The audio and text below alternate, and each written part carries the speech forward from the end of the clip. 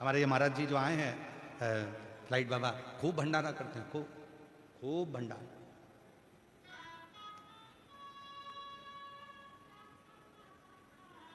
प्रसन्न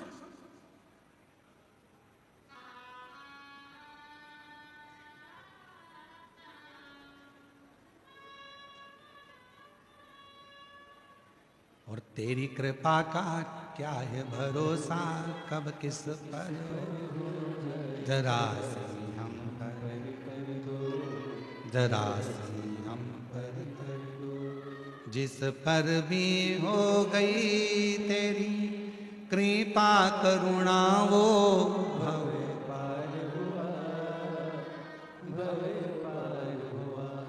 पापी हो चाहे जितना उसका भी बाबा उद्धार हुआ, उद्धार हुआ। गिद्ध अजामिल गणिका जैसे तेरे मन को भाई जरा सी हम पर कर दो, जरा सी हम पर कर दो। वो कृपा करे। जब अच्छा धन देता है तो अच्छी जगह पर लगता है, अच्छा मन देता है तो अच्छी जगह पर लगता है, अच्छा चित्त देता है तो अच्छी जगह पर लगता है, और अच्छा घर देता है तो उसमें संतों का आगमन होता है, रिश्तेदार आते हैं, नातेदार आते हैं, कुटुंबी आते हैं। भगवान की कृपा होती है, सत्यनारायण की कथा, पूजन अर्चन। जितने बैठे हो पंडाल में, जितने भी बैठे हो,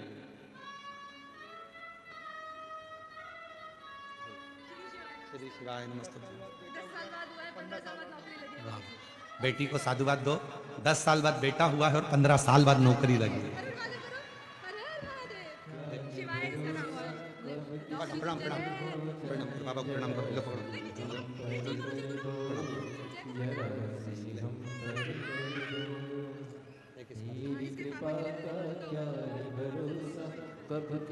एक बार जोरदार ताली बजाएं। 10 साल के बाद पुत्र रत्न की प्राप्ति।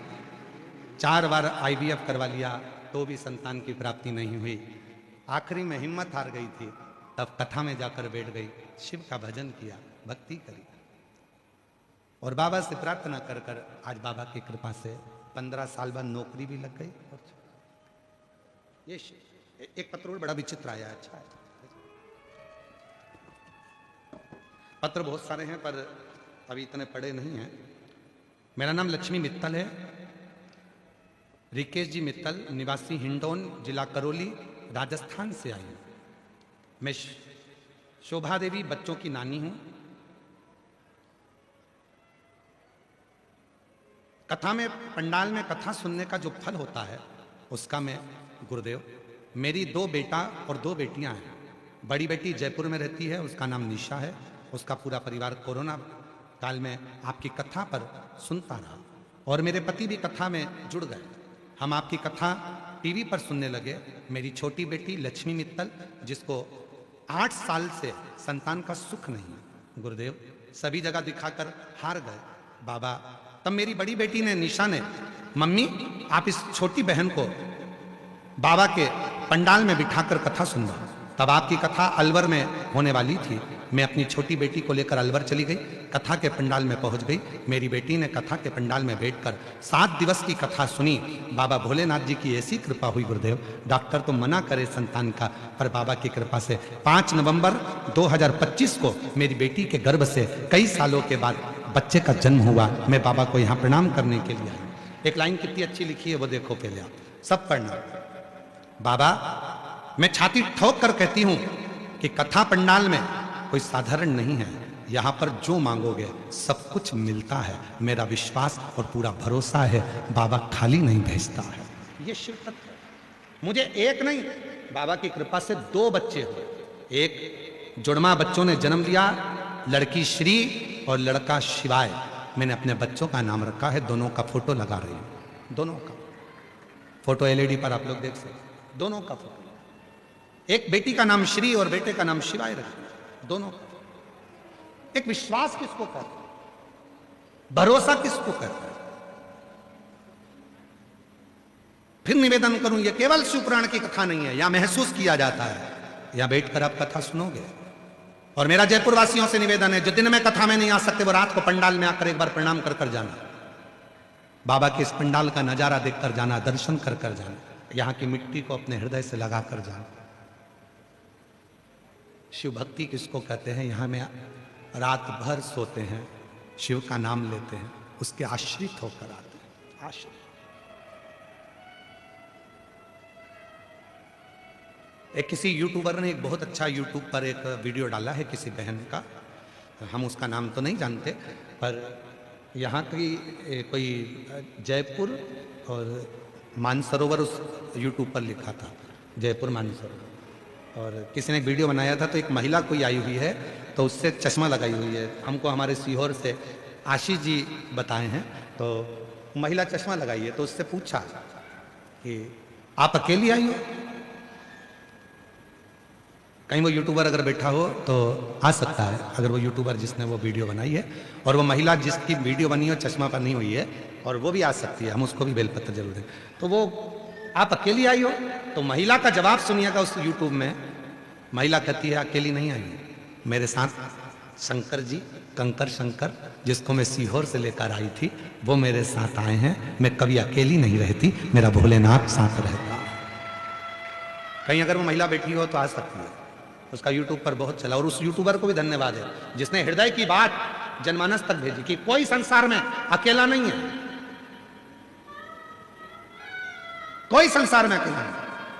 भगवान शिव ने पार्वती जी से संवाद में कहा, जब मां आदि शक्ति जगत जननी जगदम्बा भगवान शंकर के साथ में अमरनाथ की गुफा में बैठकर कथा श्रवण कर रही थी, तो पार्वती जी ने कह दिया था संसार सागर में जो जन्म लेता है वो अकेला जन्म लेता है। शिव जी ने कहा नहीं पार्वती, संसार में जन्म लेने वाला जब मां के गर्भ में आता है, जैसे ही गर्भ में पहुंचता है, शिव कहते हैं मैं उसके साथ हो जाता हूं, और जब तक उसकी श्वास चलती है, शिव कहते हैं मैं उसके साथ श्वास में रमण करता हूं। जब तक श्वास चल रही है तब तक शिव है, इसलिए उसको शरीर कहा जाता है। श्वास चल रही है, शिव है, शिव है तो शरीर है, और जिस दिन श्वास निकल जाती है फिर वो शरीर नहीं रहता, वो शव बन जाता है, अकेला हो जाता है, कुछ नहीं।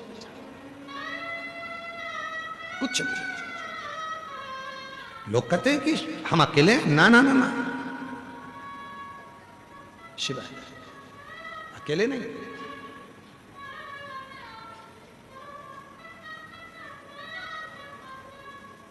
शिव अकेला नहीं रखता। उस यूट्यूबर को धन्यवाद देता हूं जिसने अपनी बात में जनमानस को प्रेरणा दे दी कि आप जिंदगी में अकेले नहीं हैं। कोई बच्चियां कहें कि हम अकेले हैं, पढ़ाई करते हैं, मेहनत करते हैं, फल नहीं मिलता, कहां अकेले हो? पढ़ो, मेहनत करो 4 गुनी। कई लोग कहते हैं हमने व्यापार बदल कर देख लिया, एक दुकान लगाते हैं, दूसरी दुकान लगाते हैं, व्यापार नहीं चलता। कैसे नहीं चलता? मेहनत करो, परिश्रम करो। दुनिया में कोई ऐसा सिंहासन नहीं बना जिस सिंहासन पर तुम नहीं बैठ सकते। दुनिया में ऐसी कोई कुर्सी नहीं बनी जिस कुर्सी पर तुम नहीं बैठ सकते। दुनिया में ऐसा कोई वैभव नहीं बना जिस पर तुम नहीं जा सकते। बस अपनी मेहनत, अपना परिश्रम 4 गुना करना पड़ेगा।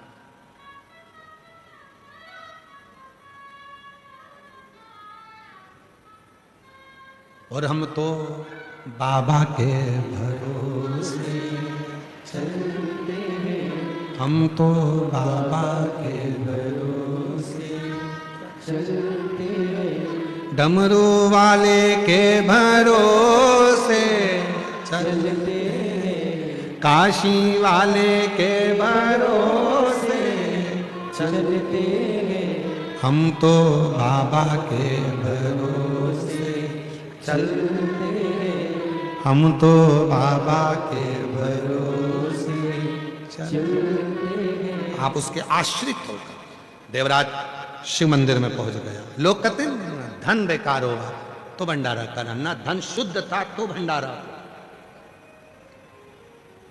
किसी का मुख झूठा करा रहे ना, तुम्हारे पास अच्छा पैसा आया होगा तो तुम मुख झूठा कराओ, वरना वो पैसा तो हॉस्पिटल में लग गया होगा, कहीं गलत कोर्ट कचहरी में लग गया होगा। अच्छा है, इतना अच्छी जगह लग रहा है।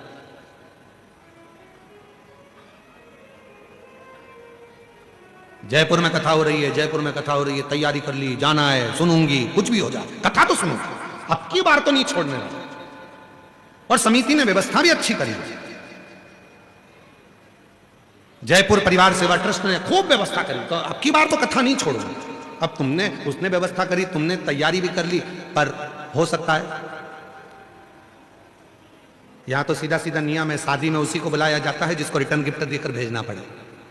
तुम आए हो माता पूजन के बुलौए में, तो बुलौआ तो देना पड़ेगा ना कुछ तो देना ही पड़ेगा जिसने बुलाया तुम्हें।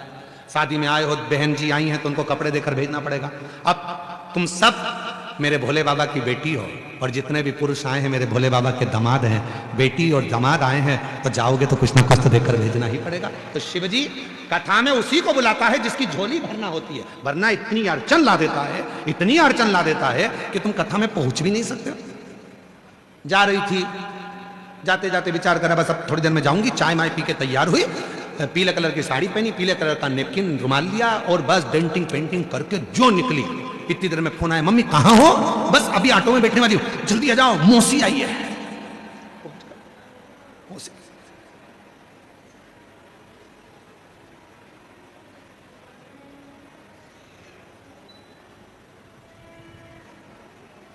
वो कहते घर से ही निकलते आ गए मेहमान, जैसे निकल रही थी आ गए।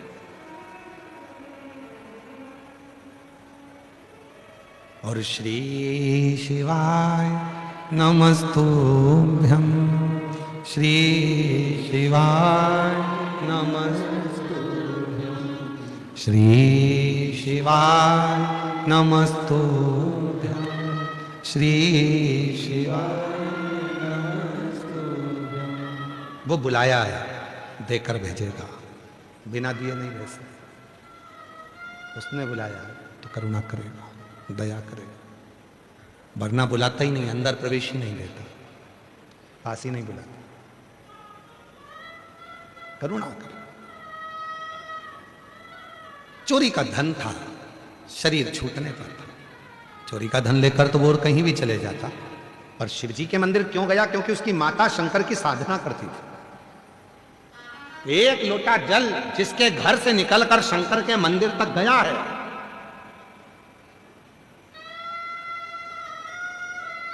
उसकी जिंदगी का कल जरूर बदला। याद रखना, आपका बचपन भले गरीबी में निकला हो, आपकी जवानी भले गरीबी में निकली हो, संघर्ष में निकली हो, पर एक बात अपने अंदर उतार कर रखना, जन्म लेने वाला गरीब हो सकता है, गरीब के घर में जन्म हो सकता है, पर जिसने शंकर भगवान पर एक लोटा जल चढ़ाना प्रारंभ कर दिया, वो गरीब होकर नहीं मरता, सेठ होकर ही मरता। वो गरीब होकर नहीं मर सकता, वो कंगाल होकर नहीं मर सकता। कितना भी माथे पर कर्जा हो गया, कितना भी कर्जे में लदालूम हो गया, कितना भी दुख शरीर में कष्ट हो गया, जिसने शिव पर जल चढ़ाना प्रारंभ कर दिया, उसका दुख, उसकी तकलीफ, उसका कष्ट मेरा भोले बाबा समाप्त जरूर करता है। हो सकता है कि कष्टमय जीवन चल रहा हो, कष्ट का जीवन हो, पर शिव शिव शंकर शंकर है, हो सकता है।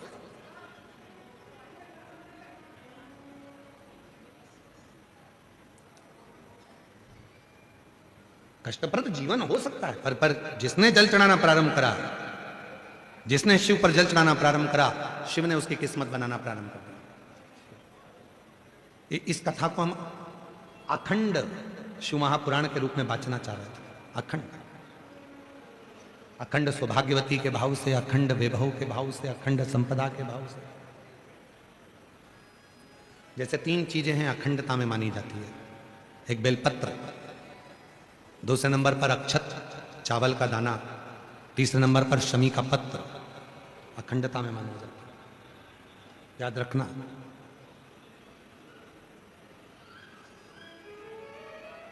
एक बेलपत्र एक ऐसी है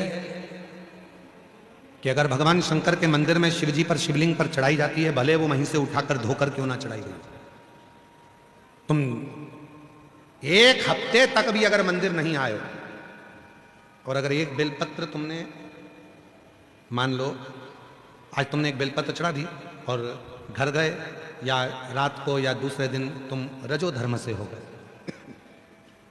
रजस्वला हो गए, मंदिर नहीं जा सकती 5 दिन 6 दिन 7 दिन, या कहीं जाना पड़ गया, तो क्या कहते हैं कि हमारा जल चढ़ाने का नियम टूट गया। कोई कहता है मेरा ये पूजन खंडित हो गया। नहीं, शिव महापुराण बड़ी सुंदर बात कहती है, एक बेलपत्र, एक शमी पत्र और एक चावल का दाना, ये 3 ऐसे हैं जिनको अखंड माना है।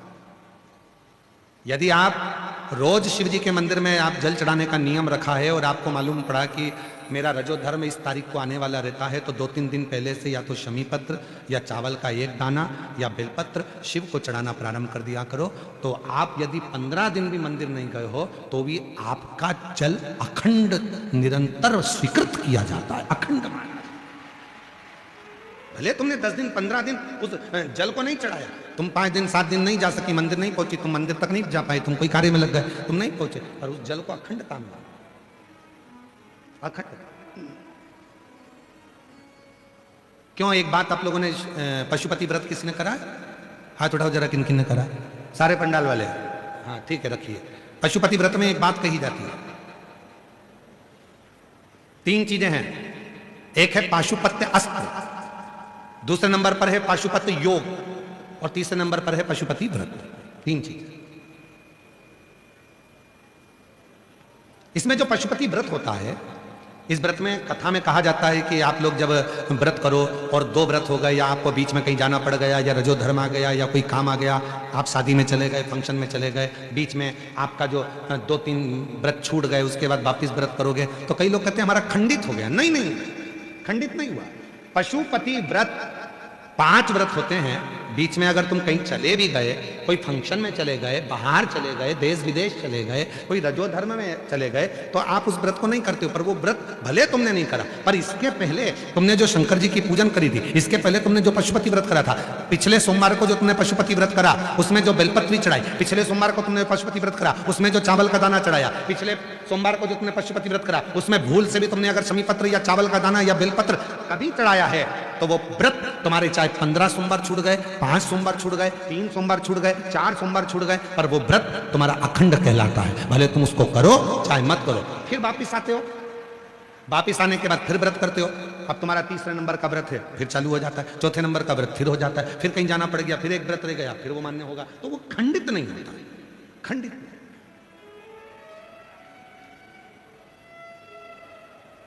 अखंड है। और कितनी सुंदर बात कही, तुम्हारे घर में कोई लक्ष्मी जी की मूर्ति है, गणेश जी की मूर्ति है, ठाकुर जी की मूर्ति है, विष्णु जी की मूर्ति है, देवी देवता की मूर्ति है, खंडित हो गई है, तो किसी ने कह दिया कि ये खंडित हो गई घर की मूर्ति, इसको तुम विसर्जन कर दो। ना ना, किसी का एक्सीडेंट हो जाता है, हाथ टूट जाता है, तो घर के बेटे को बदल दोगे क्या? घर की जो मूर्ति होती है वह छोटी होती है, छोटी। तो शिव पुराण क्या कहती है, उस मूर्ति के आसपास में कहीं पर भी एक चावल का दाना या एक बेलपत्र या शमी पत्र उसके आसपास में कहीं पर भी रख दो, वो मूर्ति खंडित नहीं, अखंड कहलाती है। वो खंडिता से बचा, उसमें खंडिता नहीं, अखंड का। शिव कथा कर रही है, बाबा देवादिदेव महादेव का चरित्र कह रहा है। और शंभु शरणे पड़े मांगू घड़ी रे, दुख काटो दया करीन दर्शन। ओ शंभु शरणे मांगू घड़ी रे, दुख काटो दया करीन दर्शन।